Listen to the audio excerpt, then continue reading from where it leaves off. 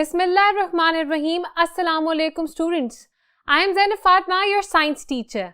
तो हमने ख़त्म कर लिया यूनिट नंबर 12 जो कि था वेरिएशन एंड क्लासिफिकेशन के बारे में। हमने पढ़ा वेरिएशन क्या होती है, क्लासिफिकेशन क्या होती है। हमने मेजर 2 किंगडम्स में डिवाइड किया तमाम लिविंग ऑर्गेनिजम्स, मतलब जानदार चीज़ों को। That was plant kingdom and animal kingdom. हमने दोनों की डिटेल्स पढ़ी। उसके बाद हमने देखा कि साइंटिफिक नेम्स क्या होते हैं, उसकी एग्जांपल्स भी देख ली, और लास्ट लेक्चर में हमने पढ़ा कि की क्या होती है, साइंटिफिक की किस लिए यूज की जाती है। आज हम उसी के 2 क्वेश्चंस करेंगे जो कि हमारे एक्सरसाइज के लास्ट 2 क्वेश्चंस हैं। तो आइए चलते हैं बोर्ड की तरफ। So question number 7 says that use the key to find out the name of animals। आपके सामने मौजूद है एनिमल की पिक्चर, और एनिमल की पिक्चर्स हमने ये एज्यूम करना है कि हमें उन एनिमल्स का नहीं पता। हालांकि एनिमल्स के नेम मेंशन है, मगर हमें उनके कैरेक्टरिस्टिक्स पता है, मगर हमें ये नहीं पता कि कौन सा देखने में कौन सा ऑर्गेनिज्म है। तो हम ये की यूज करेंगे A, B और C, और हम पता लगाएंगे कौन सी पिक्चर कौन से एनिमल को या इंसेक्ट को इंडिकेट कर रही है। पहला क्वेश्चन है which animal which insect have wings. इनमें से कौन सी ऐसी चीज है जिसके पास विंग्स मौजूद है। पहले हम लिखेंगे यस, क्योंकि मोस्टली के पास विंग्स मौजूद हैं। अगर इट्स यस तो we will move to second question. मगर इफ इट्स नो तो हम देखेंगे कि पिक्चर में ऐसा कौन सा इंसेक्ट है जिसके पास विंग मौजूद नहीं है। हम देखेंगे पिक्चर में कि ऐसा कौन सा ऑर्गेनिज्म है जिसके पास विंग मौजूद नहीं है। वो है हमारा earwig। तो पहला क्वेश्चन था that does the organism have wings? If yes, then we will move to the second question, and if no, then that organism is earwig। तो एक ऑर्गेनिज्म को तो हमने आइडेंटिफाई कर लिया। Moving towards the second step, हमने कहा हाँ ऐसे ऑर्गेनिजम्स हैं जिनके पास विंग्स मौजूद हैं। तो सेकंड क्वेश्चन है do they have more than 1 pair of wings.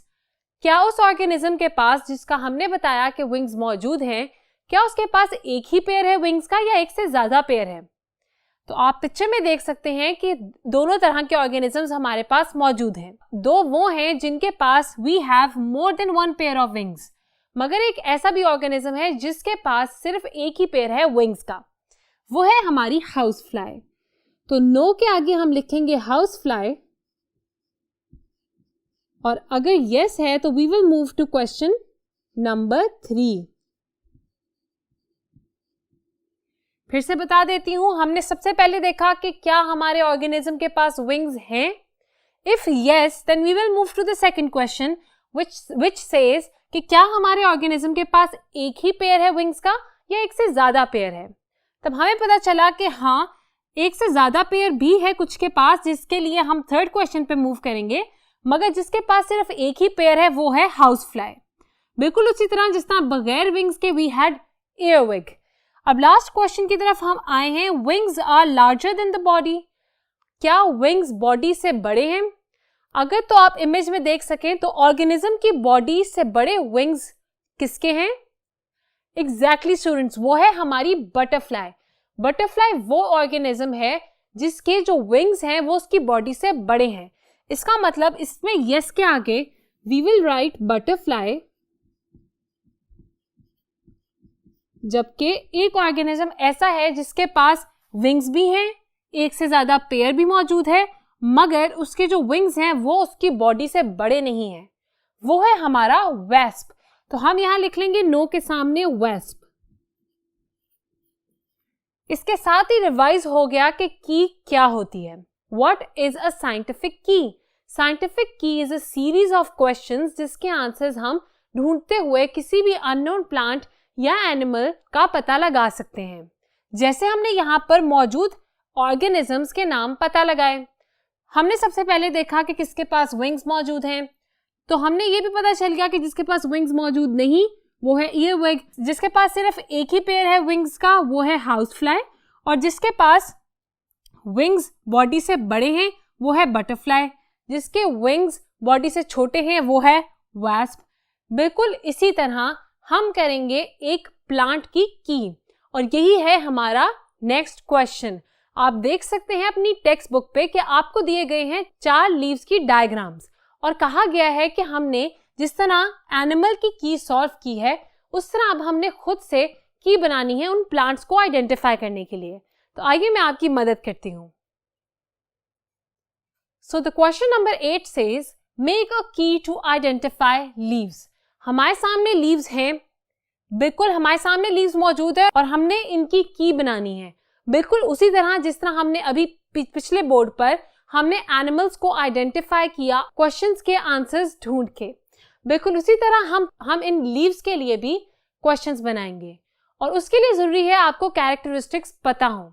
सबसे पहला सवाल है are the leaves egg shaped? क्या आपके पास जो पत्ता मौजूद है उसकी शेप एक अंडे जैसी है? Are the leaves egg shaped? हमारे पास 2 ही ऑप्शंस हैं, यस और नो। अगर तो नो मतलब उसकी शेप एग जैसी नहीं है तो हम सेकंड क्वेश्चन की तरफ आ जाएंगे। मगर एक लीव ऐसा है जिसकी शेप है बिल्कुल एग जैसी, उसका यहां पर ऑप्शन होगी yes and the answer is beech. मतलब बीच लीफ की जो शेप है वो एग शेप्ड है। तो पहले क्वेश्चन के साथ ही हमने एक लीफ को तो आइडेंटिफाई कर लिया that the leaves that have egg shape are the beech leaves and if they do not have an egg shape then we will move towards the second question which says do the leaves have rounded knobs? क्या उन leaves के ऊपर knobs मौजूद हैं? अगर मौजूद हैं तो क्या वो rounded हैं? अगर तो ऐसा है मतलब the answer is yes, तो वो होंगे हमारे oak leaves। मतलब अगर तो पत्तों के पास rounded knobs मौजूद हैं तो वो होंगे ओक ट्री के लीव्स, जो कि डायग्राम में भी आपने इससे पहले देखे। और अगर तो ऐसा नहीं है मतलब पहली कैरेक्टरिस्टिक भी उस पत्ते में नहीं मौजूद, दूसरी कैरेक्टरिस्टिक भी नहीं मौजूद, we will lead towards our third question which says do the leaves have 5 to 7 leaflets? क्या लीफ के पास 5 से 7 लीफलेट्स मौजूद हैं? बिल्कुल मौजूद है। हमारे पास एक लीफ ऐसा है जिसके पास 5 to 7 लीफलेट्स मौजूद हैं और वो हमारे लीफ का नाम है द हॉर्स चेस्टनट। तो यहां लिखते हैं हॉर्स चेस्टनट। आप सोच रहे होंगे कि ये इतना अजीब नाम क्यों है और हॉर्स का क्या लेना देना है हॉर्स चेस्टनट लीव्स से। उसका आंसर मैं आपको बता देती हूँ। ये एक ऐसा प्लांट है जो कि पॉइजन है फॉर हॉर्सेस। अगर ये हॉर्स खाता है तो उसकी चेस्ट में स्टैबिंग पेन होगी and it can even die. It is that harmful for horses, इसलिए इसका नाम ही हॉर्स चेस्टनट रख दिया गया। ये एक इंटरेस्टिंग फैक्ट था आपकी एक्स्ट्रा इन्फॉर्मेशन के लिए। हम वापस आते हैं अपनी की तरफ। हमने देखा कि फर्स्ट क्वेश्चन के साथ पहला ही हमने लीव आइडेंटिफाई कर लिया। The first question says that are the leaves egg shaped? तो एग शेप्ड लीव्स हमारे पास थे बीच ट्री के। सेकंड क्वेश्चन की तरफ हम आए क्योंकि कुछ लीव्स की एग शेप नहीं थी, उनके लिए हम सेकंड क्वेश्चन की तरफ आए। फिर उन्होंने पूछा कि क्या उनके पास राउंडेड नॉब्स मौजूद हैं? राउंडेड नॉब्स मौजूद अगर हो तो that indicates that the leaves belong to oak tree. और अगर तो राउंडेड नॉब्स नहीं मौजूद तो हम फिर आ जाते हैं थर्ड क्वेश्चन की तरफ। थर्ड क्वेश्चन कह रहा है कि 5 to 7 लीफलेट्स क्या मौजूद है उस लीफ में? अगर तो मौजूद हैं तो वो होगा हॉर्स चेस्टनट, और अगर तो नहीं मौजूद, इफ इट्स अ नो, तो हम आ जाते हैं लास्ट क्वेश्चन की तरफ that says are the leaves lance shaped? Lance जो है वो एक पॉइंटेड शेप का वेपन कह सकते हैं, नीडल जैसा वो होता है। नीडल लाइक शेप किसी लीफ की है या नहीं? बिल्कुल स्टूडेंट्स, हमारा जो लास्ट लीफ बच गया है दैट इज लांस शेप्ड। ये होता है माउंटेन एश ट्री का। तो हम लिखेंगे that if it's a yes then the answer is mountain एश।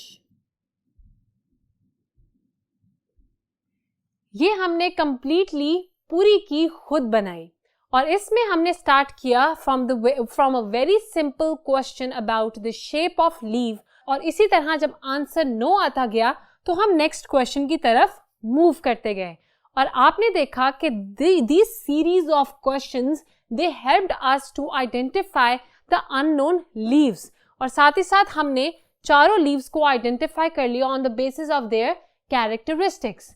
इसी तरह यूज किया जाता है साइंटिफिक की को। मुझे उम्मीद है आपको पता चल गया है कि की किस लिए और किस तरह बनाई जाती है और आपको आंसर्स निकालने भी आ गए हैं। इसके साथ हमारा यूनिट नंबर 12 खत्म होता है। आपने बहुत अच्छे तरीके से पढ़ाई की, इसी तरह आगे बढ़ते रहिएगा क्योंकि हम नेक्स्ट लेक्चर में स्टार्ट करेंगे अपना न्यू यूनिट। तो मिलते हैं नेक्स्ट लेक्चर में। खुदा हाफिज।